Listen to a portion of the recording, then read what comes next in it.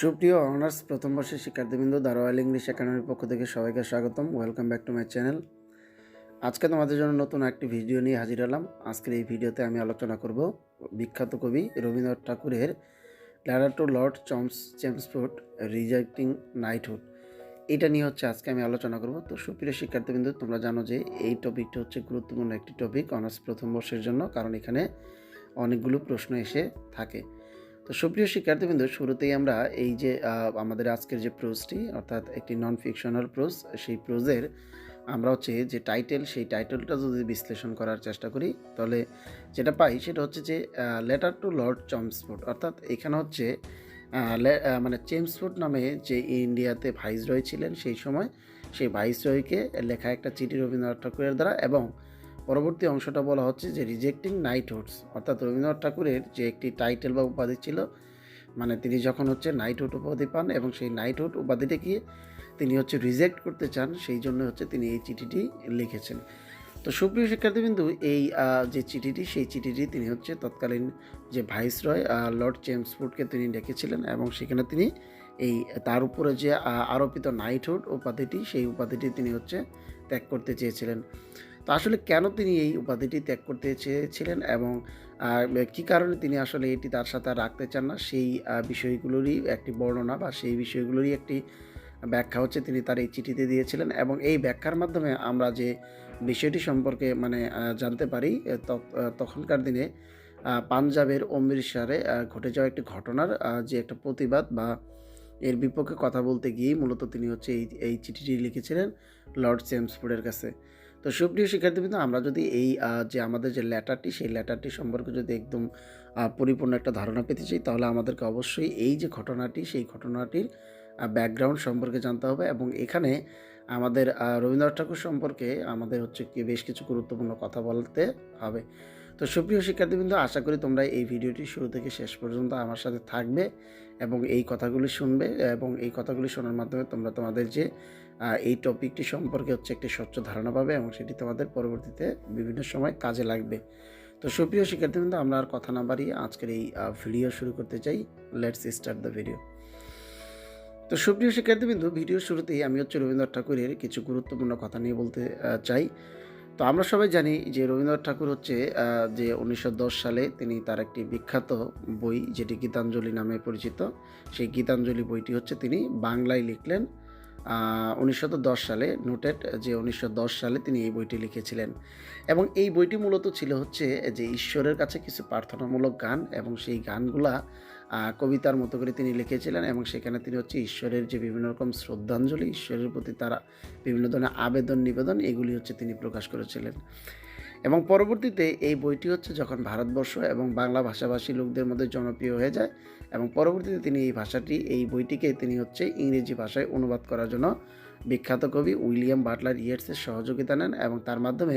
তিনি এই বইটিকে সেই ইংরেজিতে অনুবাদ করতে সক্ষম হন। এবং এটি ছিল 2012 সালে। তো 1912 সালে। তো 1912 সালে যখন এই ঘটনাটি তিনি ঘটান, এবং তারপর হঠাৎ করে এই বইটি সারা পৃথিবীব্যাপী জনপ্রিয় হয়ে যায়, এবং এর ফলশ্রুতিতেই 1913 সালে সাহিত্যে নোবেল পুরস্কার লাভ করেন রবীন্দ্রনাথ ঠাকুর। এবং 1913 সালে যখন রবীন্দ্রনাথ ঠাকুর সাহিত্যে নোবেল পুরস্কার পান, তখন ইংরেজ সরকার, সেই সময় ইন্ডিয়া উপনিবেশের শাসন, সেই শাসনের কর্তা ছিলেন, এবং তারা যেটা করেছেন সেটা যে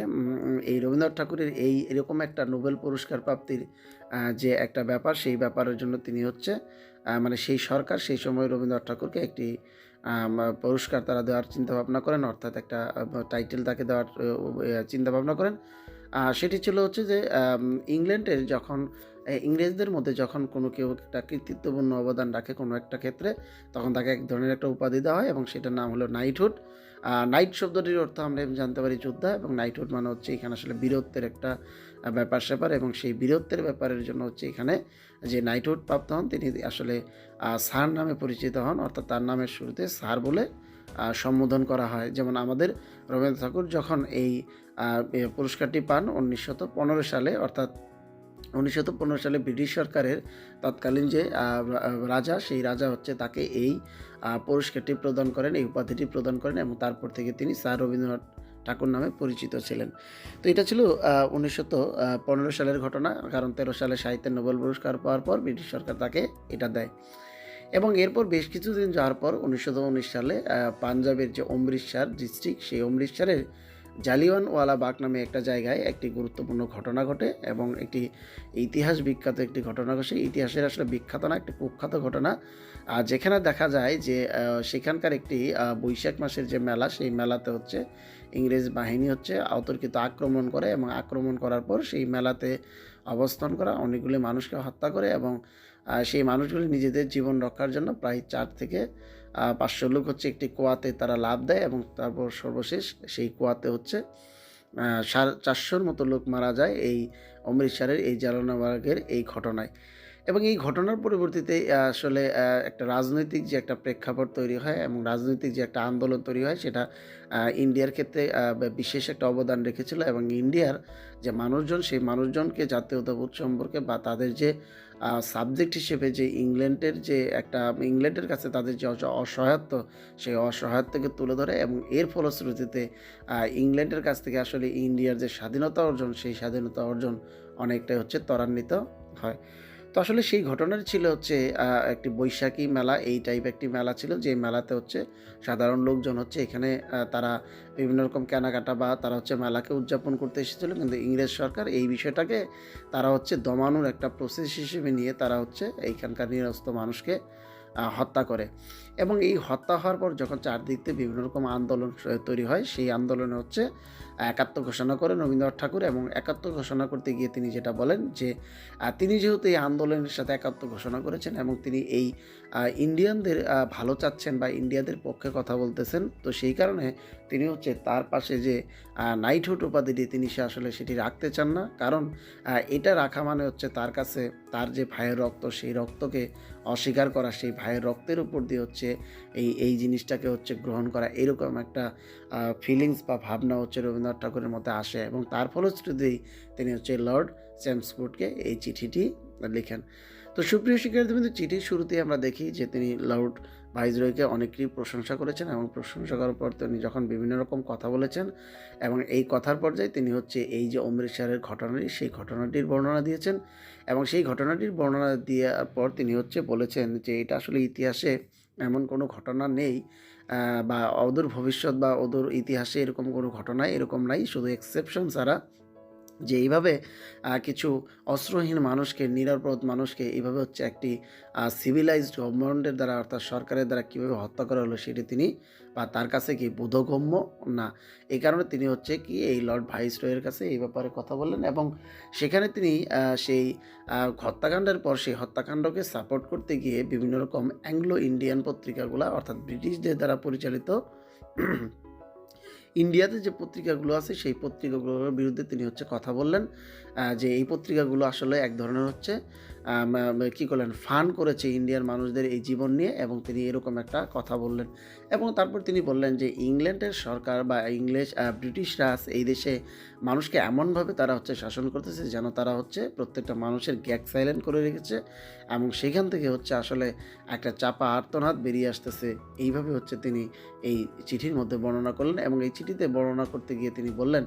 যে দেশপ্রেমের যে একটি ব্যাপার, যেটি ইংল্যান্ডের মানুষের প্রতি বা ইংল্যান্ডের দেশ হিসেবে মানে ইন্ডিয়ার প্রতি যে মানুষের দেশপ্রেম, সেই দেশপ্রেমটা আসলে